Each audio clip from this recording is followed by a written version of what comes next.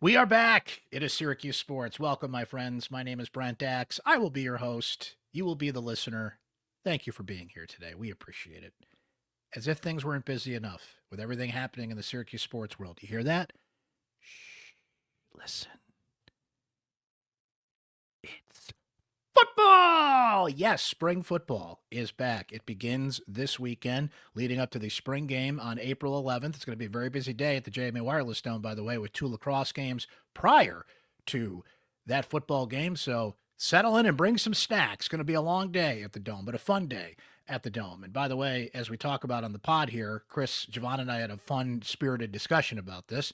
At least Syracuse is doing a spring game this year. So the Chris and Javon I refer to, football team assemble. Chris Carlson, syracuse.com. Javon Edmonds, syracuse.com. Brent Axe, syracuse.com. We got together today to answer questions from our Syracuse Sports Insiders about what's on their mind when it comes to spring football. Certainly the quarterback position is on everybody's mind, but some of the offseason moves that Syracuse made, some of the transfer portal moves they did not make, some investment in the coaching staff, it all comes up because you guys are the best and came up with some fantastic questions for Chris, Javon, and I to tackle. So that is what we are going to do on the pod here today. And being a Syracuse Sports Insider gives you direct text message access to me anytime for these very things. Your input, your analysis, your insight has been just invaluable throughout this whole coaching process.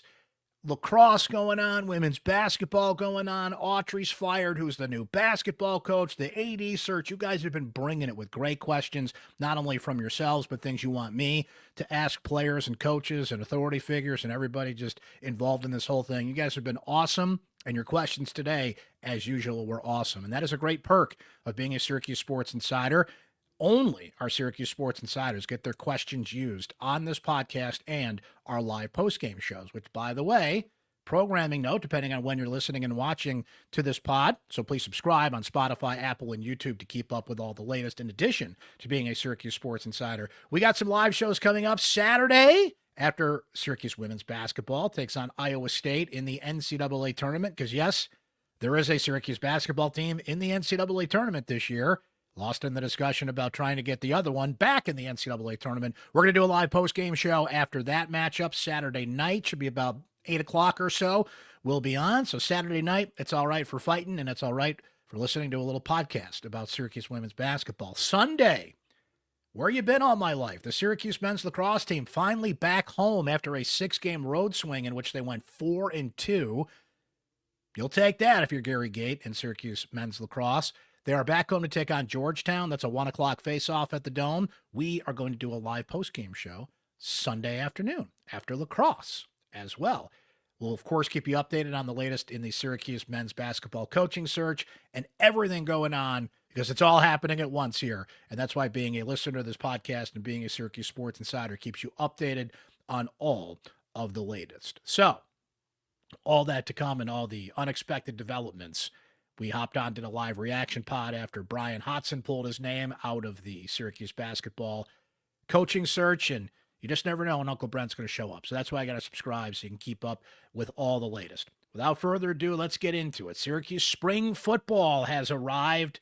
Let's see what Chris, Javon, and yours truly had to say about that. But as noted here on Syracuse Sports, we love to feature your original music here on the pod, and today we've got a great tune called City of Angels from Chris Trapasso, who got in touch, who's a local artist and was thrilled that we're featuring original music here on the pod. And you, like Chris, can have your music featured here on the show. So what we'll do is we'll play a little snippet of City of Angels, and then you'll hear the song in its entirety at the end of the podcast, and you get all the information on how you can download Chris's music in the show notes. And we'd love to do the same for you. So let's listen to City of Angels, and then we'll listen to a little football talk.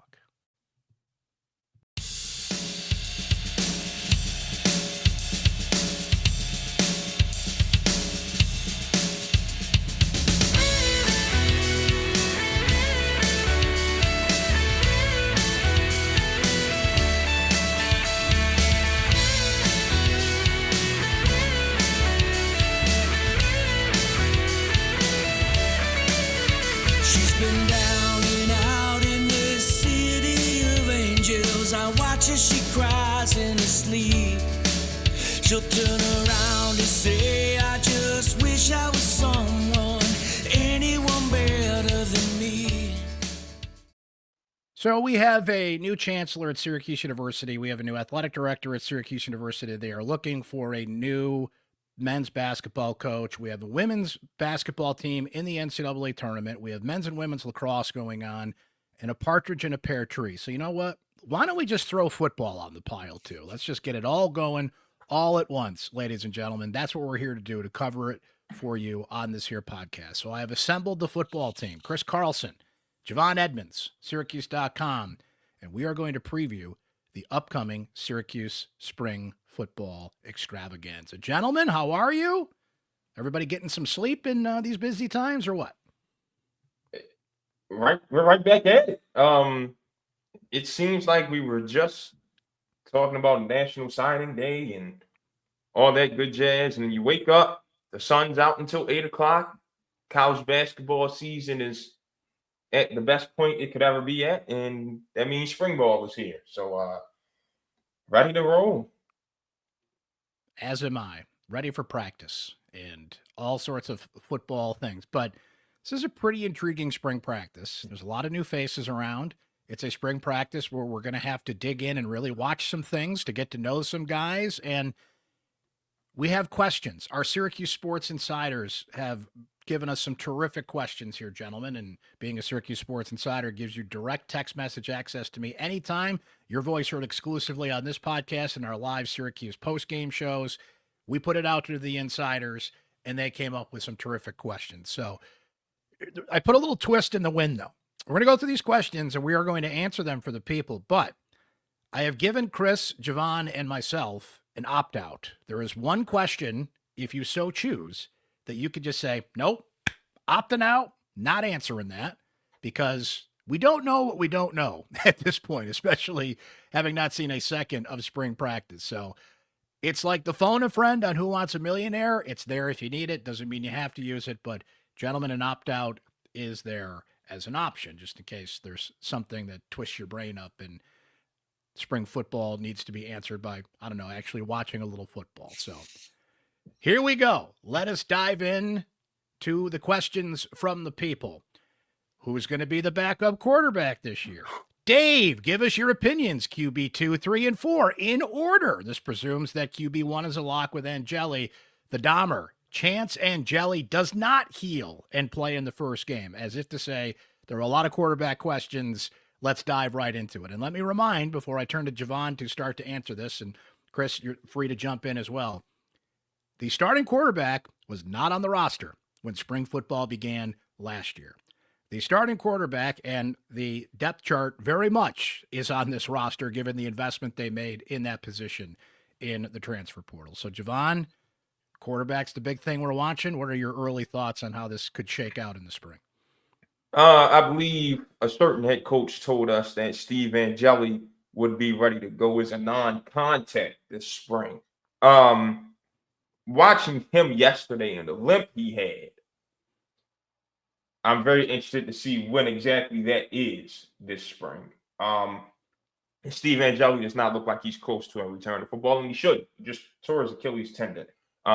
So I think he is going to be more limited than Fran Brown had hoped for, which leaves things to Amari Odom, Malachi Nelson, and Danny Lauder. Now, we all thought that Nelson and Odom were going to be, the two battling for that spot. Odom has kind of had the better string of success lately. Nelson was the number one player in their class. They're both class 23 guys. Left SC after a year, didn't win the starting quarterback job at Boise State, didn't win the starting quarterback job at UTEP, the same conference as Kennesaw, where Amari Odom came from. Odom, first team all conference, won the conference championship. Jerry Mack won Coach of the Year down there. So you think it's those two, but I've had some conversations, and I got to see Danny Lauder up close and personal on Monday. At Pro Day. He's going to stay in this mix the whole time. That brother has a live arm. Now, granted, this is a workout with no one in front of you, but he's got a tight spin on the ball. He throws with some zip. He almost took Deuce Chestnut's head off during the drill. So, they always have the corners back pedal, turn, balls waiting for them. And Deuce almost had the LeBron, Kobe Bryant face mask after that one. That's how hard Danny throws the football.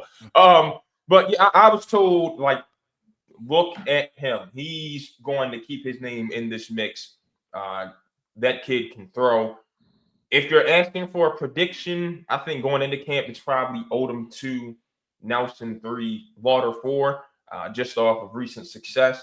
But hey, at the same time, I was the same guy who thought, Ricky Collins was going to be a starting quarterback last year. And you guys are still letting me hear about that one. So we shall see. So going off of past experience and common sense, what I should have did last time, Odom, Nelson, Lauder, but we have not seen them play a single snap of anything meaningful yet. So it can change. It's fluid.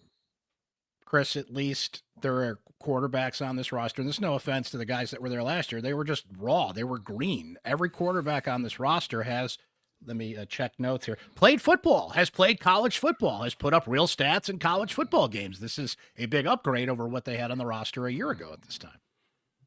Yeah, I share Javon's sort of opinion of the depth chart. We're going to go with, common sense, just like we should have done last year when they brought in Angeli. And, you don't bring a guy in if he's not going to win the job. I'm not as worried. It's interesting to hear Javon talk about Angeli's physical sort of state right now. I agree that doesn't worry me, right? Like I know Fran said that he'd be ready to do some stuff in the spring. I think when a coach is recruiting, he is inclined to put the rosiest possible spin in terms of how ready that starting quarterback will be as he's trying to bring in wide receivers and skill players. So you might be a little too optimistic in what you say. But I still think the time frame and the recovery time made it such, if I remember, Angeli should be, it was close, but Angeli should be ready to start the season. So I still think that's, what we're going to see play out.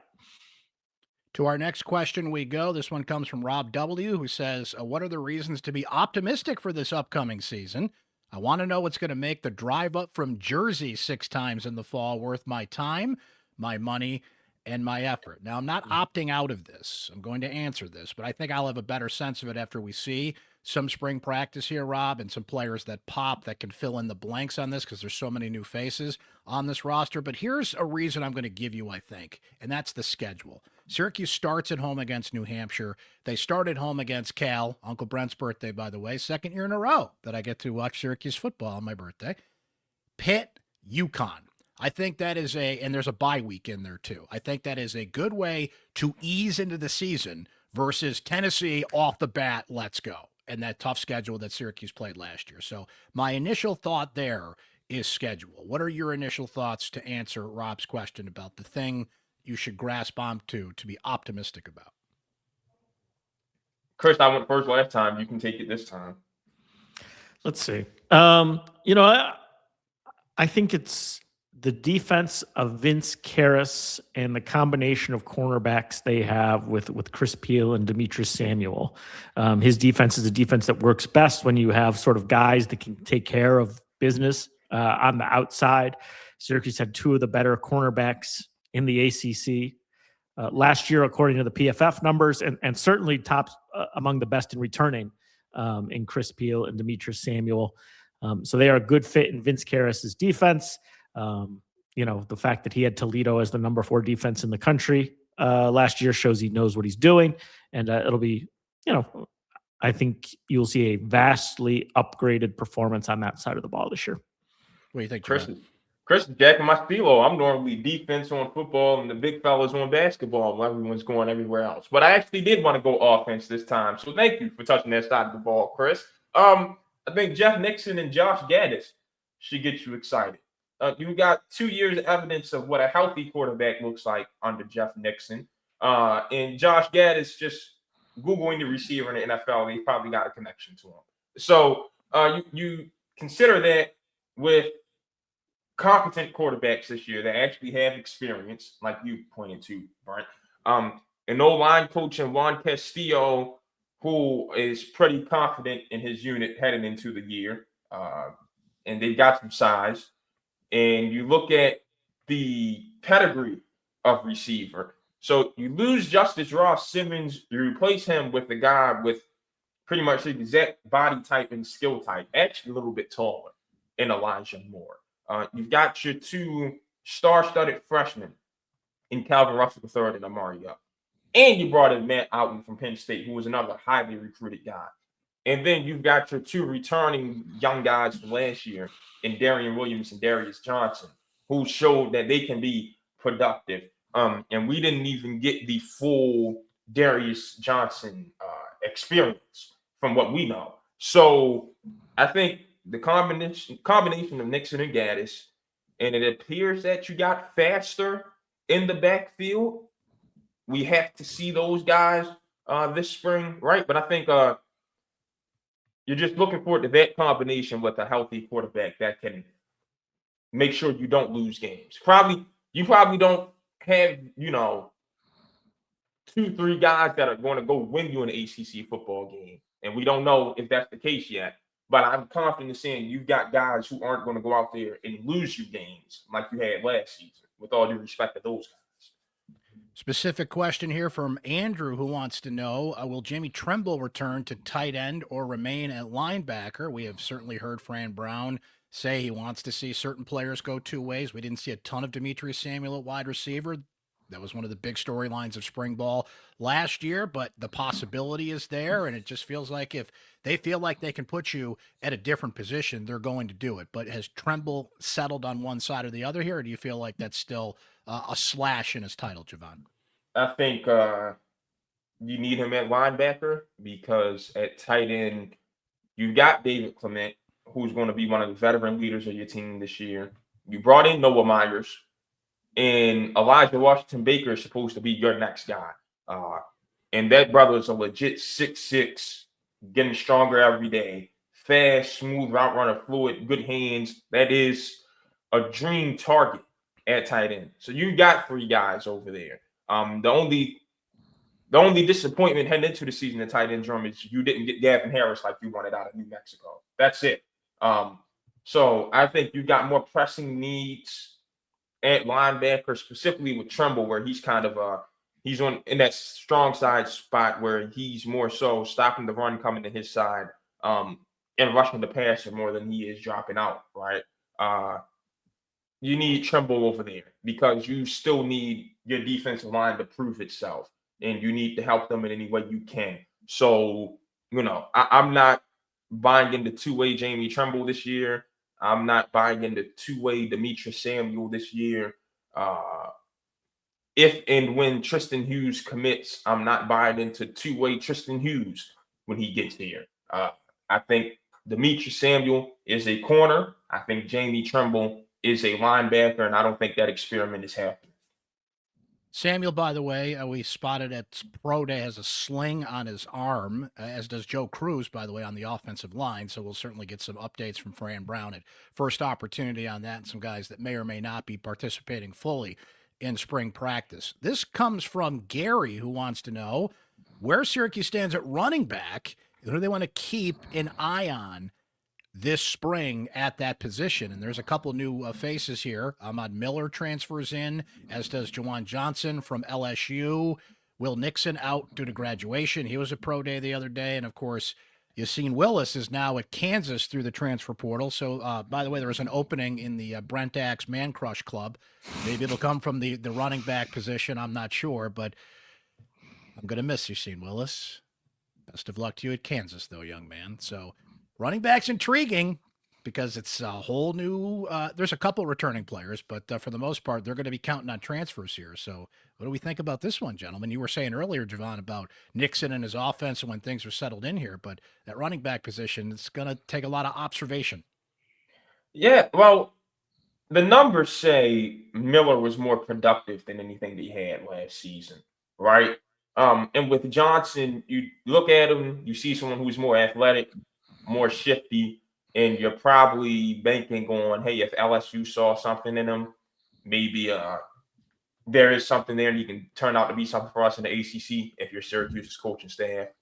At the same time, that was the thought process behind Ricky Collins. You saw that went for you. But two different positions. One, you kind of asked to, get you over certain hurdles. One, not so much. So I think you got more athletic, more shifty, more dynamic. So that'll help in terms of their own production and them being able to make plays. However, if you looked at PFF last year, you saw there were not many running lanes for Yasin Willis or Will Nixon last season. They couldn't run outside the tackles. They couldn't run between the guards and the tackles. That's what it's going to come down to. Are these guys fast enough to get to the edge? And are these guys shifty enough to make the cutback to the secondary running lane? They appear more capable of it than Nixon and Willis. But again, game time is going to show if that's the truth or not.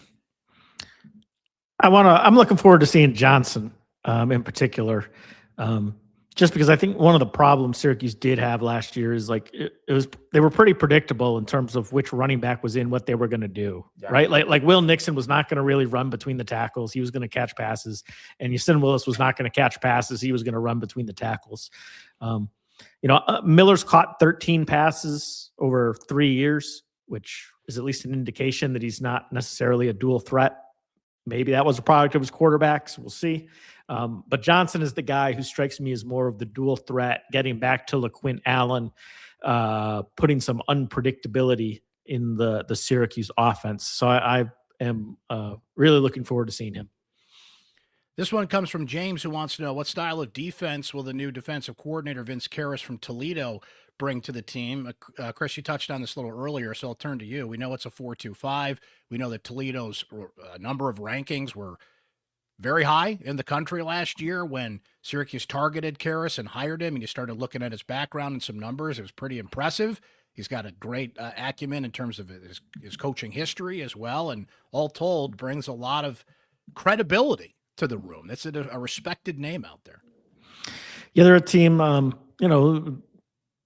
least at Toledo, he played pretty straight up in terms of trying to play basic fundamental defense the first two downs, put teams in difficult positions on third down, and then get exotic. So I don't think you're going to see this blitz-heavy scheme that Syracuse used last year, right? They're just going to rely on being more fundamental and making tackles and making good plays. Kehres's defense at Toledo were, he had really, really physical safeties. They were a sure tackling group. And I've got to think that's what you're going to see here, right? His history, he has won a lot of football games, both as a defensive coordinator and a head coach. And there's no reason to suspect that he doesn't know what he's doing. Yeah, I think what Fran is going to like the most about Vince is when you watch the draft this year, listen to how many guys get drafted from Toledo and pay attention to how many of them come from the secondary. We know Fran Brown loves his corners. He'll let someone else coach his safeties, but he loves the secondary, right? And you look at the production those guys had, and you look at the tape. I remember I had to watch the Toledo tape myself when I was voting for the All-American game. The All-American teams. And Emmanuel McNeil-Warren stood out. Braden Alls was a pretty good partner next to him. So if Cornell Perry and Brahim Long can turn out to be anything like that, or hey, maybe Tadarius Tuesday's ready to play as a freshman, who knows? But that'll help a lot of problems and generate some coverage sacks for that team, because Chris, you spoke about it earlier. We know Chris Peel and Demetrius Samuel are going to handle their jobs outside. You got those who handling their jobs outside, and Kehres works his magic on those safeties up top. Okay, well, your next target is the middle of the field, right? Well, Gary Bryant's coming out for Chris D'Apollonia now, so you don't really have someone to pick on in his own spot. So you're working slot corner, hoping he beats the nickel, which is a position that has to be filled this season, because last year no one stepped up and accepted that challenge in a good way. But by the time you get there, someone's going to be in your face, at least you would hope. So with Vince Kehres, I think you're going to see a lot more coverage sacks than you did last season, which, we know that pass rush is looking for any help it can get. Keyshawn Johnson, we'll see if those 13.5 sacks from UT Martin can translate to Missy Adelaide from UNLV. I can't really say I see anything that makes me believe he's going to be any better than what David Reese was. Rashard Perry coming back is going to be very good. I'm told that guy can be a 4th-round pick and make some money for himself in the transfer portal after this season. So we'll see if he's that good. Nisi Overboard, they expect to take another big step. Nathan Iandaro is a guy. So Dylan Fontes is going to help shore up the middle of that scheme, and he's actually going to get them some interior pressure because that's the rare guy who went from playing outside to moving inside, and he kept his athleticism. So they did a great job of replacing Kevin Jolity in that aspect. So I think you've got more talent, and you've got a secondary that's going to produce more coverage sacks. And just off of that alone, you won't be super bottom tier of the ACC in defense. The thing that excites me is kind of what I set up the question for Chris, in that Kehres has just been there and done that. He was desired by a few different schools out there, Nebraska being one of them. Elijah Robinson was learning on the job as a defensive coordinator. And look, when your quarterback goes down and the defense is on the field that much, it's going to affect how things go. But this is a defense that ranked in triple digits last year, and you just saw things fall apart, not only because of the pressure that was on them, just because of some questionable things on the scheme. And E-Rob became kind of a target from the Syracuse fan base about what had to change, right? And that ended up being the case. So Kehres just brings credibility. He brings a presence in the room, and I think he was the biggest pickup in the offseason. I mean, we can argue about the quarterback given the importance of the position, but Syracuse and Fran Brown needed somebody on that defense that brought that kind of presence and credibility, and they can hit the ground running in spring. He brought Apollonia, as you mentioned, and now I'm thinking about The Godfather, for those of you that get that reference when I hear that name. But to bring some productive players to the table, I feel better about that. No offense to Gary Bryant, but that's just a guy that in a scheme he knows, with a coach that he knows, I think that's going to tighten up some things on that side of the ball. So something to certainly keep an eye on. And great points by both you gentlemen there about what Kehres brings to the table there. Good question, James. This one from Jack, who says, Syracuse lost a lot of talent and depth at the wide receiver position after last season. Is there reason to believe this won't be a residual issue coming up this year? So just a little bit of a reminder here is Javon did a great job kind of charting all this as we go into spring. Check out this story that Javon wrote. The headline is Syracuse football roster, 7 positions have been overhauled for 2026, but which got better? He wrote that about a month ago, so look that up and check it out. It's a great refresher of where the roster is. So at receiver, this is kind of the in and out. These are names that have gone in and out at this position, just to give everybody a little refresher here. Cole Weaver in, Jonte Cook out, Daryl Gill out, Dan Villari graduated, saw him at Pro Day the other day, trying to make his way into the National Football League. Noah Myers in, Justice Ross Simmons graduates, Emmanuel Ross, Jalen Hornsby out. It's a lot of transition at that position. Javon, you touched on it earlier here, but per Jack's question here, is there a reason to believe this won't be a residual issue upcoming this season? Yes, because they brought in guys who have talent and high upside, and scheming is going to get these guys open more than anything, right? It's not like these guys needed a lot of separation for Steve Angeli to throw it to them. Steve Angeli, if he showed anything in his 4 games, Chris, we know it was, I'm going to trust my receiver to make a play. I remember that Tennessee game. There's some quarterbacks who would not think of throwing to Jonte Cook in some of those situations. And Steve just said, to hell with it, let it rip. And it turned into catches and completions. Again, we know Johnson can run routes and is fast with good hands. We know Darian Williams is a shifty guy in his small frame, right? Calvin Russell is a playmaker. Elijah Moore is a playmaker. Amari Duff, if you read the story, his high school coach told me Fran Brown is not wrong about him being the next Peter Board. So I don't think receiver is an area of concern for Syracuse. Like, we lost a lot of guys. Okay, well, were you going to pay to keep Jonte Cook? Were you going to pay to keep Daryl Gill? Were you going to pay? No, you can't pay for Villari graduation. couldn't pay for Simmons, graduation. And then the other guys were Will Nixon, a running back, graduation. So I don't think the passing game is anything to be concerned about. They got talent, and again, Josh Gaddis is coaching that front. That's a great point. That's a great point, and a good reminder there. And Chris, they had a rehearsal for this last year, because I guess the one thing you could look at is if Angeli does get healthy and rises to being quarterback one again as anticipated here, how much time does he get with this new crop of receivers? Well, he did it last year. He didn't show up until after spring ball and got it in tune with those receivers, so why couldn't he do it again? Yeah, I think the reasons to believe are what Javon said. You know, they brought in talent, or what looks like on paper talent. And then two, like Jeff Nixon has done this twice, right? Like with a new quarterback, they figured out the passing game immediately with a whole bunch of new pieces. And it's always seemed to work. So I think you can believe in the coaches.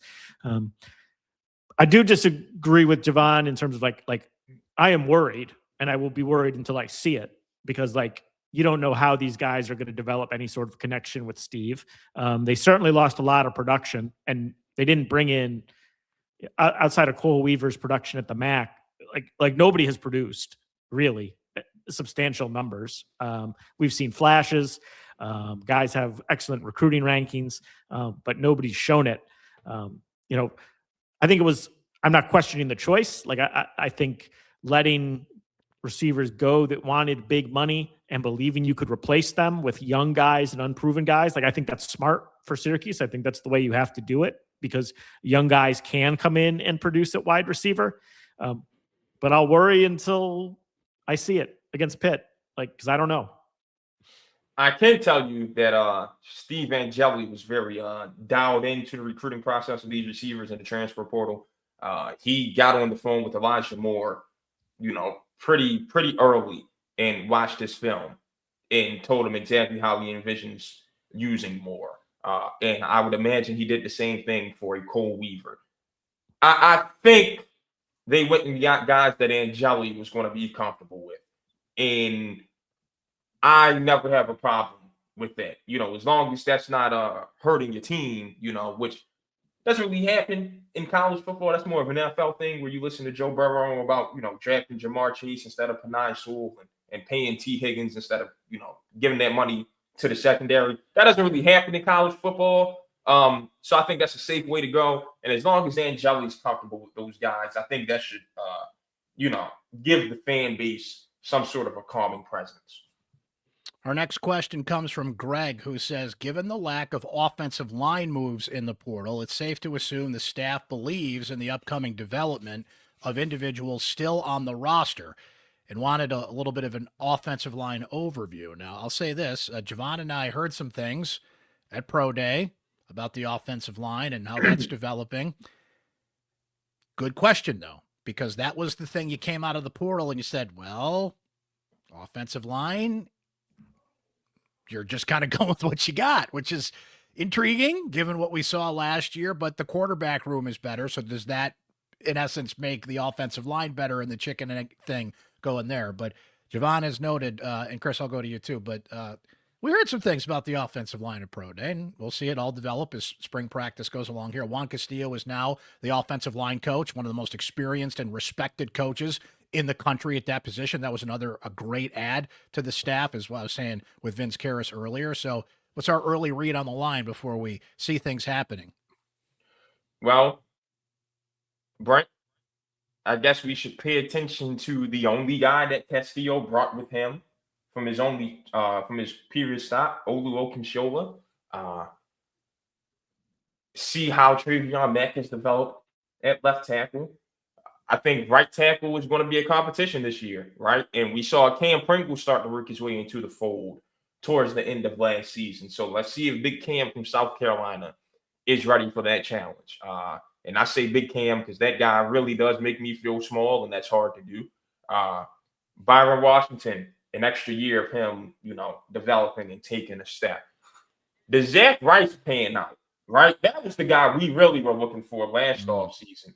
Is Zach Rice going to pan out? Because that was another guy who was highly recruited, chose to go to Carolina. Belichick's staff didn't really see him fitting into what they wanted to do. Then he didn't play at all last season. And there are some people who will look at it as simple as, well, if the GOAT didn't like what he saw from the kid, why would anyone else? So let's see if that is the case with Zach Rice. Center. Who slides into center? Will it be Joe Cruz this year? And Joe Cruz was another guy we saw on a sling yesterday, as you mentioned earlier. Who's ready for that spot? Matt Hahn, is a guy that they were big on. Khalil Stewart is a guy that they were big on. So there's going to be some competition, but I think their question was worded perfectly. And this is what we were saying to each other in the office once, the roster is pretty much set. Only brought in one O-lineman. That means you're very confident in the development of the guys you have. So let's see if that's the truth. There was one guy that Castillo brought in with him, so has to be for a reason, right? And Trevion Mack, that's a guy who I've also been told could be a draft pick. Now, we didn't see that last year, but there are people smarter than me when it comes to football, and I tend to listen to them. So, we shall see. We know he cares. We can say that. He got visibly pissed at Ricky Collins a few times last season. So at least he cares. So yeah, that's the room I had my eyes on the most on offense. And of course, the D-line is where I had my eyes focused the most on defense. It's Chris, probably we'll miss Dale. Sorry to interrupt you, Chris, but we'll miss Dale Williams for a number of reasons. So good luck at Louisville. But is the hiring of Juan Castillo, does that override not investing more players in the portal if you get a coach that can straighten out the talent that is there on the roster now? Yeah. That's what they're betting on. I think it's like the riskiest bet that Fran made, right? Like every other position you sort of look at it and it's like, okay, like they tried to get better. He brought in guys. If they don't work out, like, okay, you might misassess some talent in the transfer portal, or maybe you don't have the money to get quite the guys you want. Like they stood pat with this offensive line that didn't look particularly great last year, and he's just betting on Juan Castillo to bring it out of him. And Fran had eyes on all those guys all of last year. So that to me is like the most interesting. Like if he's right, take a lap, man. Like take a victory lap. And if he's wrong, like, not a great choice. Like to me, that's just the risky. That is the riskiest choice that we might second guess at the end of the year. No question about it. That kind of leads to our next question here from Steven, who says, how critical is this year in terms of the perception of Fran Brown as a head coach? Was his first year more due to Kyle McCord's quarterback abilities versus Fran's coaching abilities? Now, guys, even in the era of, as I like to say, etch-a-sketch roster building, you can just shake it up and you got a whole new roster to work with.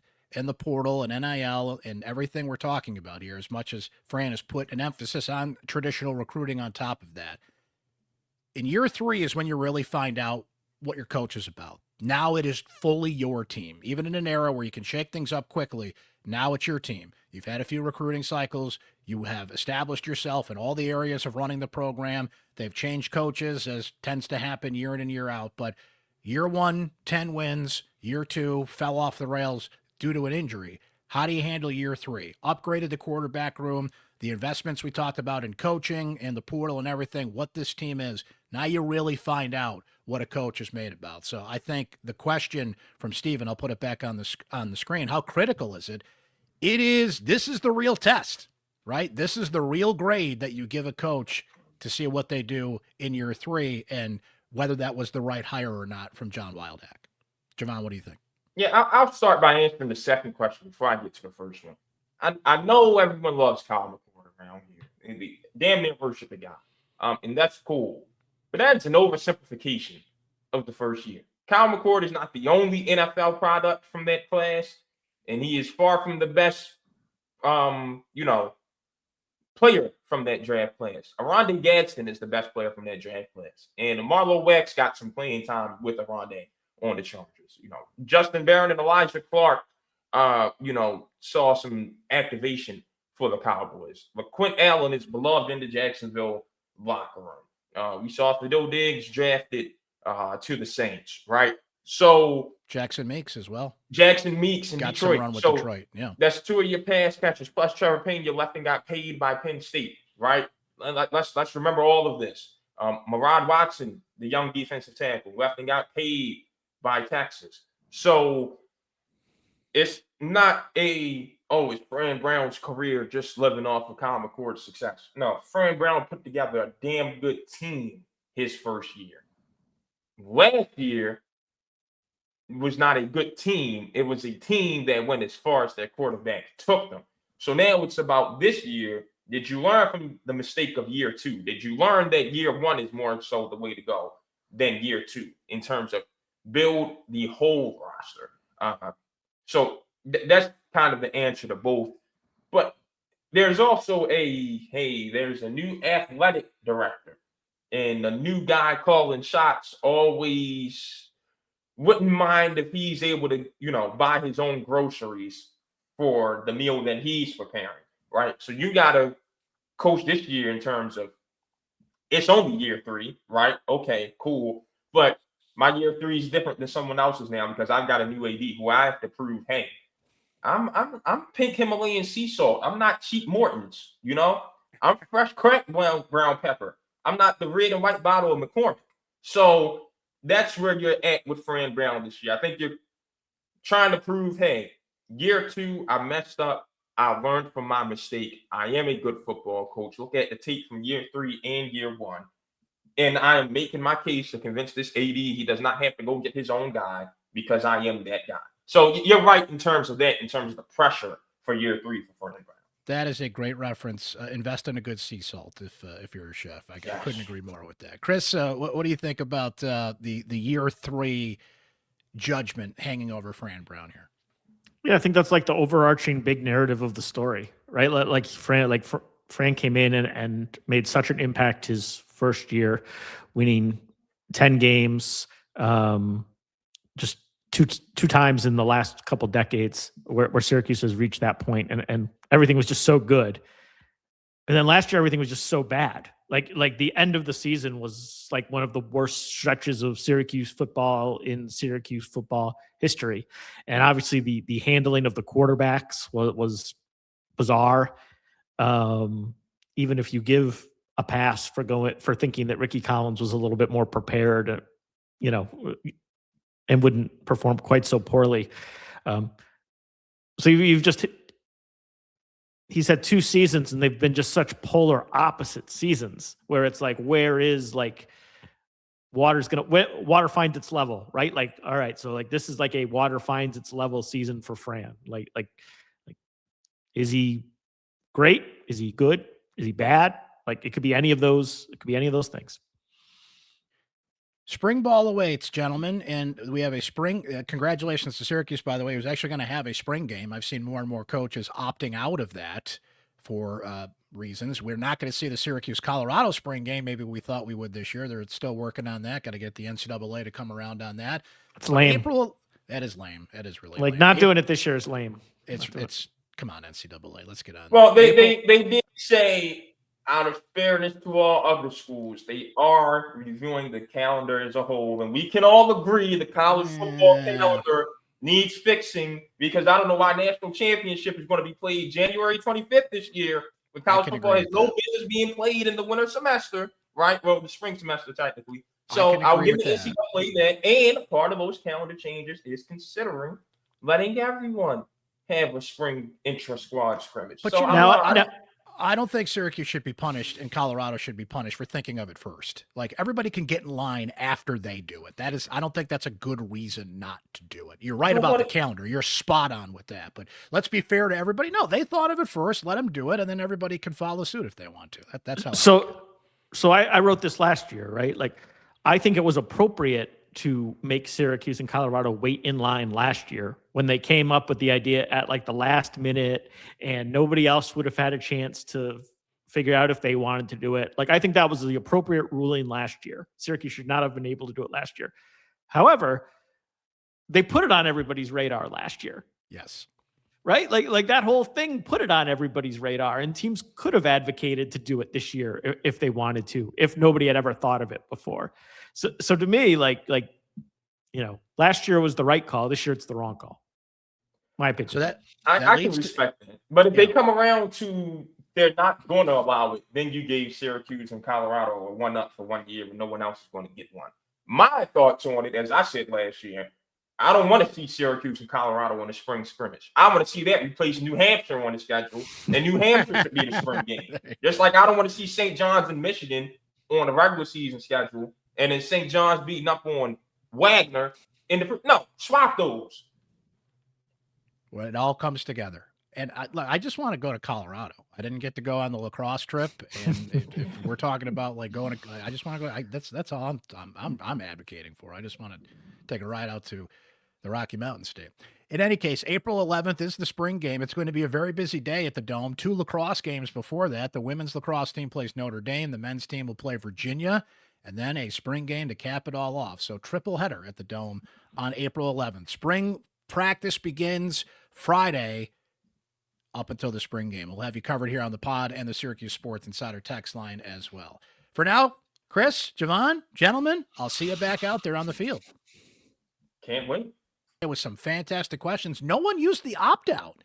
I gave us an opt-out if there was a question we really weren't thinking about answering or needed to see more at spring practice before answering, but because you guys asked such great questions, we were able to answer that. So keep them coming throughout spring ball, the things you want Chris, Javon, and I to keep an eye on at spring practice. So that's happening as noted, but a reminder, we've got a live post-game show coming after Syracuse, Iowa State, NCAA tournament action on Saturday night. Live podcast after Syracuse, Georgetown lacrosse. The Orange back at home on Sunday to take on the Hoyas after a 6-game road swing. The latest on the coaching search when necessary and just everything happening in the wide world of Syracuse sports. We got you covered here on the podcast and the Syracuse Sports Insider text line. Good luck to all of our insiders in our bracket challenge going on here. Got some cool prizes that we're assembling for that, and that's just another fun perk of being a Syracuse Sports Insider. We do fun events like bracket challenges and get-togethers and all sorts of fun stuff. So keep up to date on the Syracuse Sports Insider text line and here on the podcast. That's going to do it for this edition of Syracuse Sports. Let's listen to our friend Chris Trapasso and his great song City of Angels, and all the info on where you can download Chris's music right down below in the show notes. Let's feature your music next time.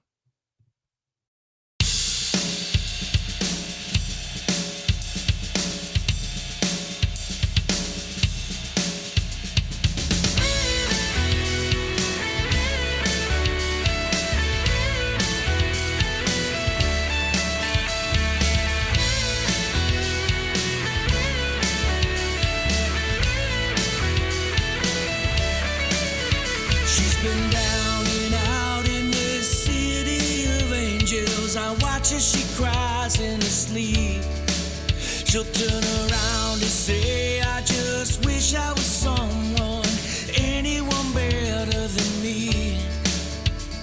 What she doesn't know is that she's beautiful in every way that she could possibly be.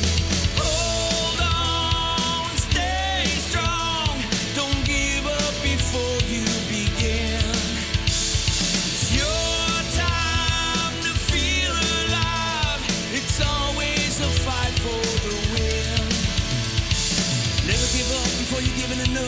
Nothing good in life comes without being tough. Walking the line between heaven and hell. Welcome to the city of angels.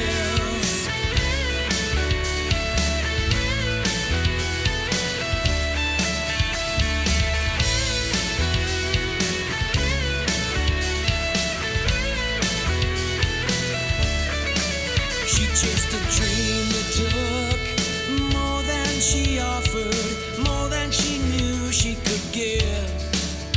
Just to say she tried this time, chasing the spotlight she never knew she was in. But she doesn't know is that she's beautiful in every way that she could possibly be. Hold on, stay strong, don't give up before you begin. It's your time to feel alive, it's always a fight for the win. Never give up before you're given enough. Nothing good in life comes without being tough. Walking the line between heaven and hell. Welcome to the city of angels.